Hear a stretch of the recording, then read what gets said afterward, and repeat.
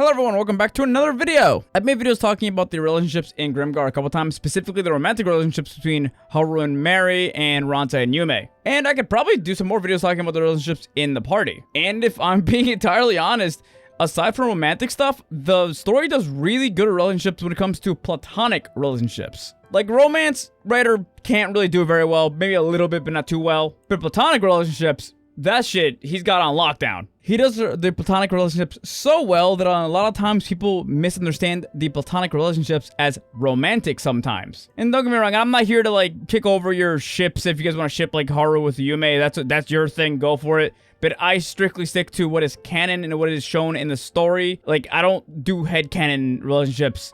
I prefer not to. I'd rather take what is there on screen and what is being told to you, the audience members. And Haru specifically tells the audience a couple times throughout the story that he sees Yume is more of a sister than anything else. And he has admitted to loving her, but in a more, like, protective manner. And that's the video we're actually talking about today. The relationship between Haru and Yume. Next week, I want to talk about Haru and Ranta, and then eventually I want to talk about Ranta and Mary, and then we'll probably mix match other party members as I see fit, or if you guys want me to talk about specific party members' relationships, let me know in the comments down below, because I would love to talk about them. First off, Haru and Yume have some of the most wholesome interactions in the entire story. In early parts of Grimgar, Haru's mostly interacting with Yume in a way of like just kind of correcting her with her language, and he doesn't really get to know her very much at all. But after Minato dies, he and her have a bit of an emotional sit-down that is like showing off a lot more dramatically in the anime. Quite frankly, if I have to choose between the anime and the light novel and the manga's portrayal of this scene, I actually do like the anime a little bit more than the other two. They start talking to each other more openly after they like let all their emotions out and start letting each other know that they're both not doing very well. And this is just done just really well. Just like if you're holding in emotion and you need to talk to each other, just talk to each other. And Yume and Haru start to talk about how they can make life better in their party. They need to be more open. They need to work better talking to Mary and try to be nicer to each other and try to be more understanding of each other. And from this point onward, they're always hanging out with each other and like trying to make sure each other's okay. Yume is constantly defending Haru from like Ranta whenever he says anything mean. Haru in a lot of cases is the one that comforts Yume whenever they're walking out around. They'll hold hands and he like comforts her because she needs like physical contact to like feel more comforted. And this is actually something that carries on over to other people in the party as well. The relationship between Yume and Haru is so like good and healthy that Ranta gets jealous of it all the time. The idea of them hugging sends Ranta into a fucking rage. In volume 7, Yume gets her throat ripped out by this weird evil little monkey thing in Grimgar, and by this point the party thinks that they don't have any magic because they were just in the Dusk Realm. In the Dusk Realm there is no magic allowed at all if it comes from gods. Luckily they just went past the border into Grimgar and Mary was able to get off a full sacrament. However, the sacrament did drain the crap out of her. She still saves Yume. Haru has a small panic attack and hugs Yume, starts crying and bawling his eyes out. And Yume also hugged him back, and they were both very happy. Everyone was just very happy. Ranta got mad and slapped the crap out of Haru's back of his head because he was just jealous over a simple hug. One of my favorite moments in the light novel is when Haru and his party get overwhelmed in volume 4 by demi-humans, and they almost kill everyone. Haru and Yume are stuck together, and Haru does everything he can to actually protect Yume because she's on the floor. He uses assault and starts swiping randomly at monsters around him, and eventually he gets knocked down too and gets his eye cut, and he's about to die. Yume jumps on top of him and starts protecting him too from all the kicks and stabs. And you very rarely ever see like the other party members act this way to like Haru or Yume. Don't get me wrong, they would all lay their lives down for each other. That's not what I'm saying. What is shown in the light novel is specifically from Haru's perspective. The other party members were also doing the same thing. Like Haru was with Yume, but Ranta was with Mary, and Shiharu was with Kuzuku. And it's presumed that they were all fighting to save each other.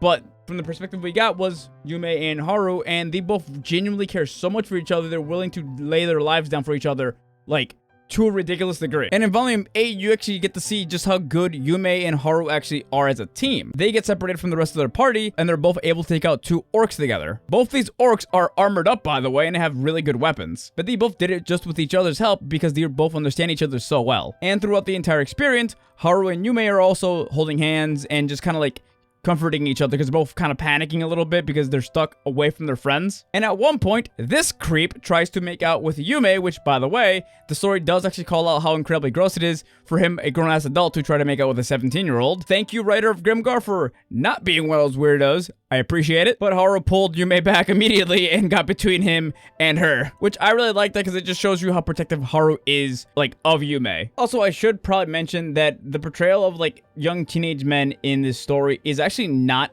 done poorly either. While Haru does see Yume as a platonic relationship, he does think of her at one point very early on, before we really got to know her very well, in a way of that it could be perceived as possibly romantic. Like, Ranta asks some questions about which of the three in the party he would actually date, and he thinks about all three of them, Yume, Shiharu, and Mary, and he doesn't really understand how he feels about any of them. He just kind of like is like, yeah, they're all very pretty, but he doesn't really know. And I think that's actually pretty fair. I think a lot of young men can understand, like, hey, I might not really be able to understand what I'm feeling quite yet, and I need to grow up a little bit to really understand my feelings. And I do think that that's actually done extremely well. Someone shouldn't just know immediately, like, you know, their interests in romantic feelings or any of that. So it's very complicated, especially for young men. And I think the story does a really good job of, like, showing Haru's perspective of the difference between, like, love and platonic relationships. And I gotta give props to the writer for that specifically, because not enough light novels or isekai specifically have a mature way of going about the platonic relationships in their story. Because in most stories, every lady character wants to bang the main character. In this one, realistically, only 3, but even then, it's mostly played up as a joke, and if you take out the ones that are jokes, it's mostly just 1. But overall, I really love the relationship between Yume and Haru. It's kept platonic throughout the entire story. They're both very supportive of each other, and even in the most up-to-date volumes, they're both incredibly good friends and are supportive and protective of each other. And a matter of fact, Yume is so protective of Haru in volume 19, when he was at mentally the worst he's ever been in the story so far, that she specifically went out of her way to keep an eye on Haru at almost all times. And she's always trying to make sure he's in a good place and trying to comfort him and make sure he's all right. And I really thought it was one of the sweetest things about Yume, that she's always so protective of Haru, and it's just great. I love the relationship. It's just, you know, chef's kiss. And I don't think there's anything bad I can really say about the relationship, honestly. Like, I usually nitpick things in Grimgar when it comes to these kind of videos, but I genuinely cannot think of anything bad about Yume and Haru's relationship. If you guys can come up with anything, let me know in the comments, but I can't think of any. But to finish this off, I really do think there needs to be more platonic relationships between male and female characters in isekai specifically, because Jesus, the amount of, like, harem stuff in isekai, even in, like, stuff like Konosuba. I love Konosuba, for the record. I think Konosuba is, like, one of the better isekais out there. But even in Konosuba, the main character does get his chance to go beyond being a platonic relationship with pretty much all 3 other girls at some point in the story. Spoiler warning, but for the record, but, like, that's where it does start to go, even at some points. But, like, it's one of those things, like, it doesn't need to always go sexual or romantic. So I do appreciate Grimgar for, like, not going in that way with all the girls. Before I end this video, I want to say thank you to my Twitch subs. Thank you to RJS Problems, Bubolu83, Grayson_, Tokabell, Josias93, Hey Take It Easy Terry, Avengers_, Dio098, KRB, Naberto Games, Van_Hoopenstein. Thank you all for your Twitch subs. If you want to get a shout out at the end of the video, use the thanks feature here on YouTube, or subscribe to my Twitch for a shout out at the end of the video. Also, I would like to say that we're very close to hitting our 500 followers goal on Twitch. So if you guys want to go check us out on Twitch and get us the 500 follower goal, that'd be great. If we do get to that goal, me and my friends are going to start doing our drink game, which, if you guys want to know more about that, check out this video I made it forever ago. The due date on this video is no longer relevant, but the rules that I'm going to be using are still going to be relevant in this video. But yeah, when we get to 500 followers, I'm going to be making some funny content from the live streams that you guys are going to be able to see when I make the video and I cut them down and put them up here on YouTube. Can't wait for that. But thank you guys for watching. Thank you guys for all the support. I'll see you guys in the next video. Bye.